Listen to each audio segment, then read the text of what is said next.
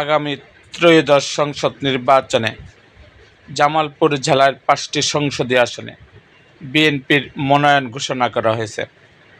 5টি সংসদীয় আসনে বিএনপির মনোনয়ন পেয়েছেন যারা, তারা হলেন জামালপুর 1 দেওয়ানগঞ্জ বকশীগঞ্জ এম রশিদুজ্জামান মিল্লাত, জামালপুর 2 ইসলামপুর সুলতান মাহমুদ বাবু, জামালপুর 3 মেলান্দাহ মাদারগঞ্জ মুস্তাফিজুর রহমান বাবুল, জামালপুর 4 সরিষাবাড়ি মোহাম্মদ ফরিদুল কবির শামীম তালুকদার, জামালপুর 5 সদর উপজেলা শাহ মোহাম্মদ ওয়াইজ আলী মামুন।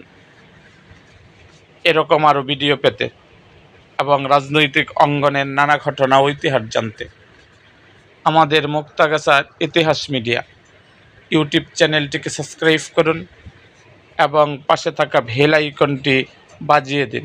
ভিডিওটা বেশি বেশি শেয়ার করুন ও কমেন্ট করুন।